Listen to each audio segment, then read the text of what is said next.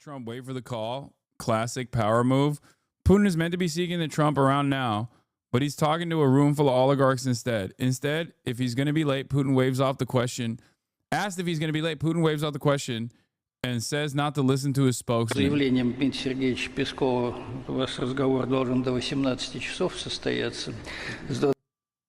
I'm willing, by the way, questions like that with Vladimir Putin are asked ahead of time, okay? That is a carefully crafted question coming from a spokesman who asked that question not as like a polite conversation or on accident. That was deliberate. The reason why he had his spokesman ask that question is because of the same reason why he was late to the conversation. Is deliberate. And no, when it comes to diplomacy, it's not dumb alpha shit. Are you kidding me? No, there's a difference.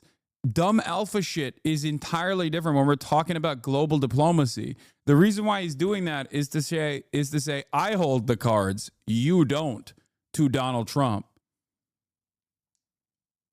No, this is a part of diplomacy.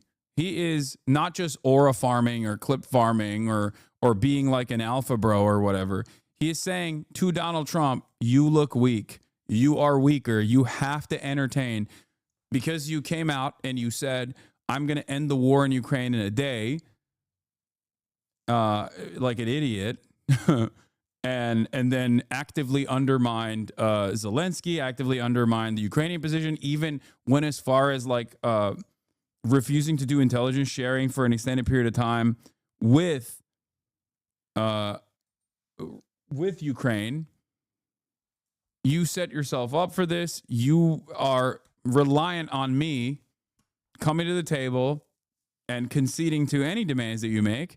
And if I have demands of my own, you have to concede on that side because you've made assurances to your audience, to your voters that, you know, you've made assurances to your audience and your voters that you were going to end this. So now the ball's in my court.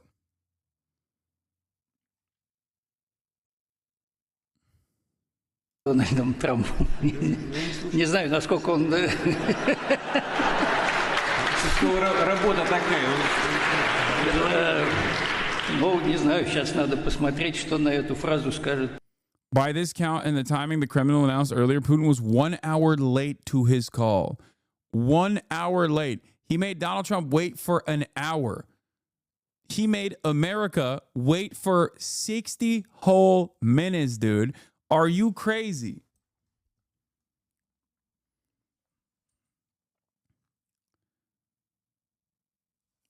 Yeah. You look at that and you think, oh, that's like alpha behavior or whatever. He's just trying to be like alpha. It's like silly. It's silliness. And in any other circumstance, you're right. In diplomacy, you're not right.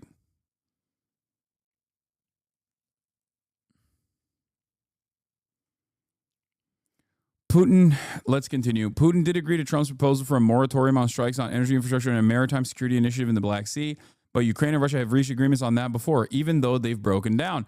Ukraine is just one topic amid Russia's broader goal of normalizing relations with the U.S.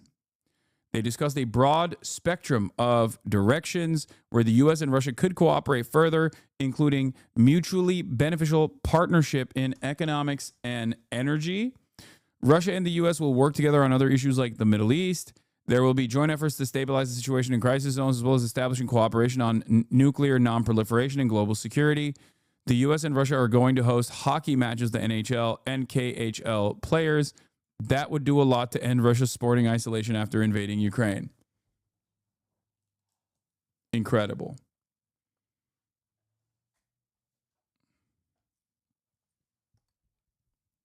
He's getting bitched at. Straight up. Art of the deal, baby. Vladimir Putin's going to turn around and be like, have you said thank you once? Vladimir Putin's going to turn around and have, I don't know, some national news broadcaster dress down Trump in the same way that, like, Trump had Marjorie Titan Greene's boyfriend yell at Zelensky.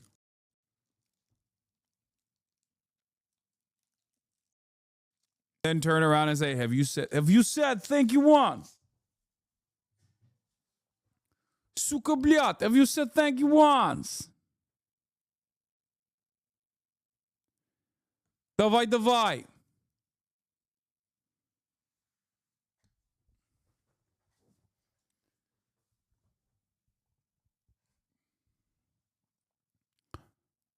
Anyway, let's get back Talks to go it. on before a ceasefire. White House readout says they agreed Iran should never have the ability to destroy Israel. Yeah, that's a dramatically different way to approach this. Russia and U.S. will work together on issues like the Middle East. There will be joint efforts to stabilize the situation on nuclear non-proliferation. Okay? White House's attitude on that same conversation is they said they would destroy Iran. Yeah, he's going to have Lukashenko behave like his J.D. Vance.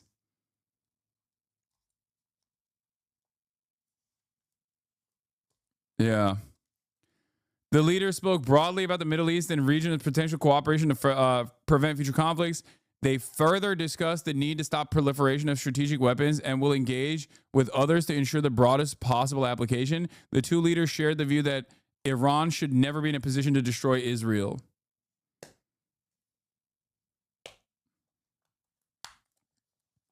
This is some crazy stuff, man.